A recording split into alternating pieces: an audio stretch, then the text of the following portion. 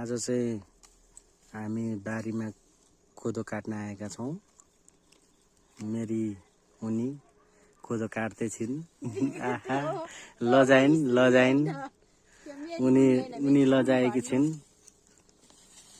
कोदो काट्दै छिन् उ चाहिँ हैन। म पनि अब काट्दैछु यहाँ हल्का यसो। गाइजहरु कोदोको ढेँडो खाने भए कोदो काट्न आउनु होला है। हामी यस्तो छ पाहाडमा कोदो पनि ठिकै फलेको छ। अनि आउनु है साथीहरु। कोदोको रोटी खाने भए ढेँडो खाने भए जाँड खाने भए रक्सी खाने भए कोदो टिप्न आउनु गाइजहरु। एकदम कोदो टिप्दै छिन्।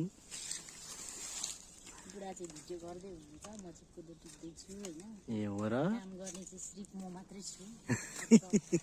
सो पनि मात्रै हुनुहुन्छ। कोदो कस्तो राम्रो फलेको छ, तर यसपालि अलिक पातलो भयो जस्तो छ। कोदोको बाला चाहिँ छैन यसपालि।